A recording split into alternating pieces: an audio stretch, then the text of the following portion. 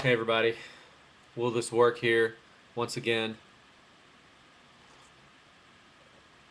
This is not my morning coffee. It is coffee, but it's not morning. Um, I don't have my Razorback hat on today, but I do have my Arkansas shirt. Can you see that? There you go. That's right. I believe that if I wear some Arkansas Razorback shirt or hat or any Razorback gear each day leading up to the South Carolina game, then my Razorbacks will perform much better than they would have otherwise. So, you notice how I formulated that hypothesis better than they would have otherwise? That means I can't be wrong, because I can always say they would have done worse had I not done my part. Okay, so, yeah, it's a passionately held belief, but I think we all agree it's an unscientific one. But the purpose of this entry is much more serious than that. What I want to do here is answer a question I've gotten a couple of times since I've been on YouTube pertaining to the existence of God or lack thereof. Okay, so before I get into my view on the matter, I just want to say I understand this is a very sacred matter to theists and a very passionate matter to some atheists. Okay, and I think the question is interesting and important historically, also biographically. Many of us have spent a great deal of emotional and intellectual resources on this question. Okay. However, I I don't think as much hinges on the question as is commonly thought. For example, many of the issues that tend to tag along with the question of God's existence, they could do just fine on their own. So, for example, the metaethical questions that have sort of followed in the wake of the conversation about whether or not God exists or whether or not it's reasonable to believe God exists. Um, these meta-ethical questions, if we posited the existence of God, would not be solved.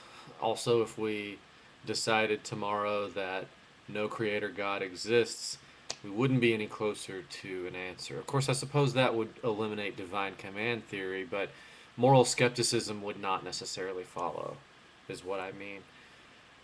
It reminds me a little bit of a story, several stories arising out of Buddhism.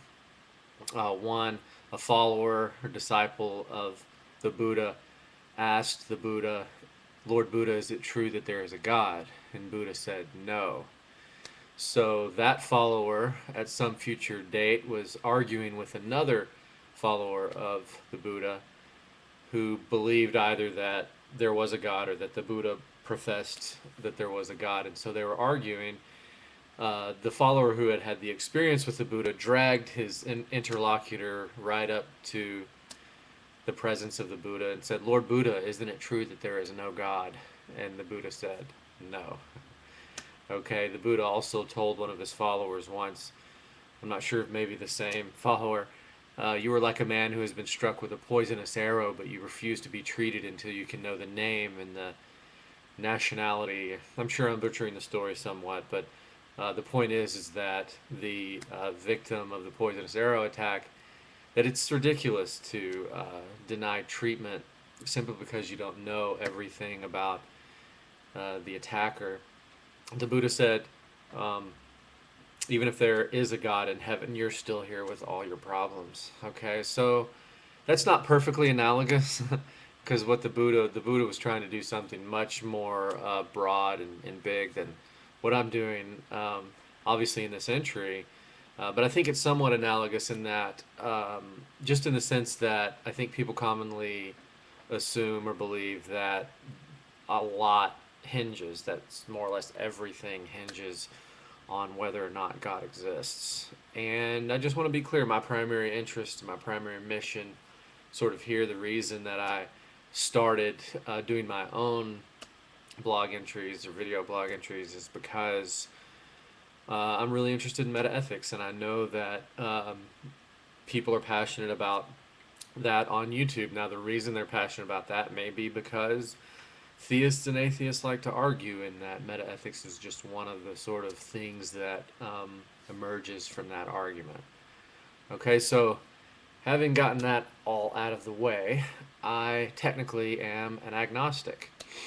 Now, I know there's a lot of ambiguity surrounding these terms, and so let me try to clear that up a little bit, at least in my own case. You often hear atheists sort of emphasize the modest nature of their view, right? So they often remind people that atheism means technically holding no gods.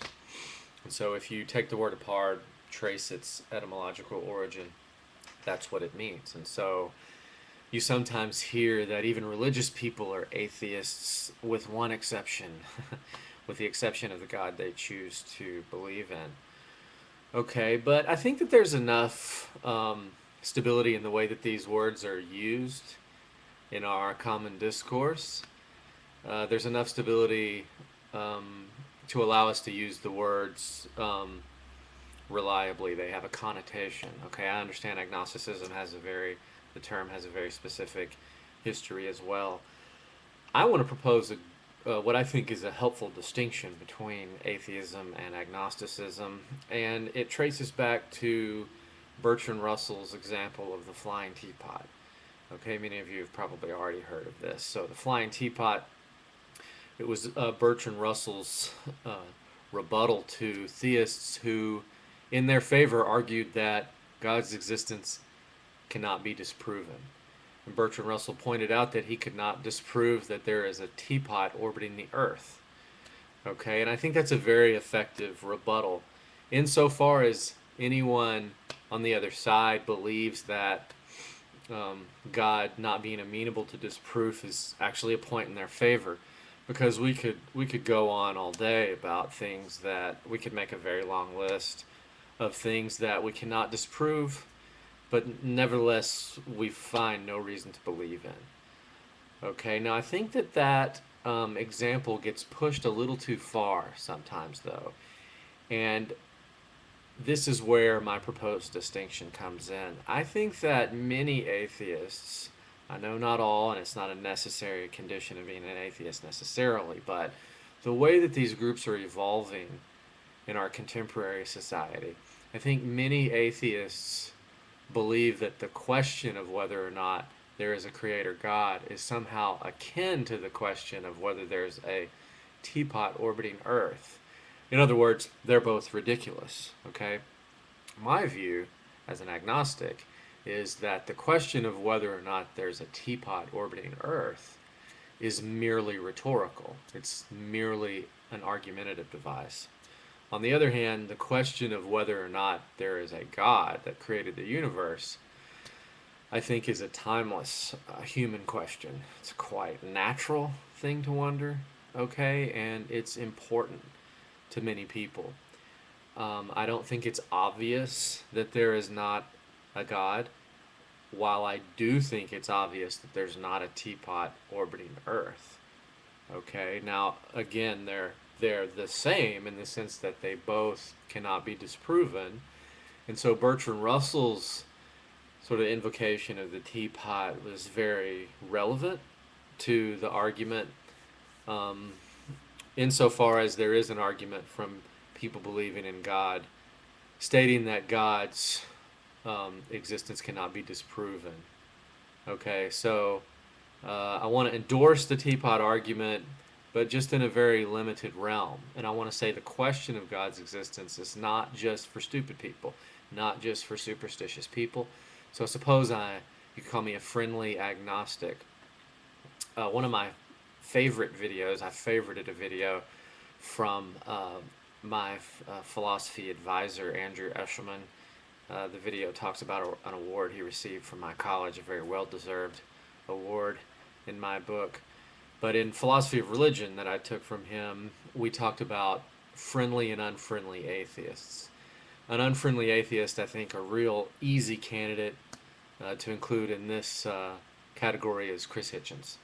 Okay, so a friendly atheist is just a person who doesn't see any reason to believe in God, but nevertheless has no animus for the people who, not only for the people who believe in God, but doesn't find the proposition that there is a God particularly ridiculous or offensive, and recognizes that perhaps the belief might play a role that is good in many people's lives. Okay, so I want to back that up even a little bit more and include myself among agnostics, and say that not only do I think that the belief might play a role that is healthy in some people's lives, I want to say that the proposition, I think, should not be met with animus or hostility. Okay? Nevertheless, I myself have not found any reason to believe in God's existence. And I think that everyone should admit that through our normal course of forming beliefs, through sense data, and through epistemological standards that we find reliable, there actually is no sort of positive evidence for God's existence. Now, if you've already assumed God's existence, you can say the whole world is evidence. But now, if someone has received a revelation, that may be a good reason for them to believe in God. And sometimes in religious circles, when a person is witnessing or testifying of an experience they had that they thought was revelatory, then those that are hearing the testimony might believe they have a spiritual experience as well. I'm not refuting that. I'm simply saying, like Thomas Paine, that if a person has a revelation, that's their revelation, not ours. Okay, so I'm an agnostic. I think that I've laid out my temperamental disposition towards the topic of God's existence or not.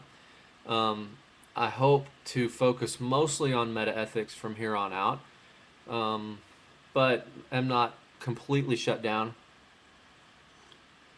to the possibility that the topic of God's existence or lack thereof may reemerge, because that is, after all, the driving force, it seems, behind a lot of these metaethical discussions. But you can count me somewhat disinterested in that topic, and from here on, I'm going to try to sort of just keep hammering home the gospel of metaethics. I'm going to take a little break, a break not nearly as long as my last one, which was, maybe like a year long or something. But I do have things that I have to focus on for the next few days, maybe a week, no more than a month. When I come back, I want to give you guys a doozy. It's going to be, of course, on metaethics, and I just, the message that I come with hasn't stuck yet. Of course, it's made some headway, which I'm thankful for. But I'm really thinking about replying to Theoretical Bullshit's video titled Treatise on Morality, I think it's titled. But he's got like 30 responses, so I might just make my own video and hope that it makes some headway. I'm not sure exactly where Theoretical Bullshit and Epidemic 2020 are in their disagreement, but they're both so polished and charismatic and handsome and technologically savvy. I hope what I lack in all these categories I can make up for just in the sheer strength of my, the sheer force of my argument. So, thanks if you're commenting on my videos. I'm going to be gone for a few days. I'll be back directly, as my grandparents used to say, and I never knew how long that was, which I think that's why they told me that. So, won't be too long. Thanks.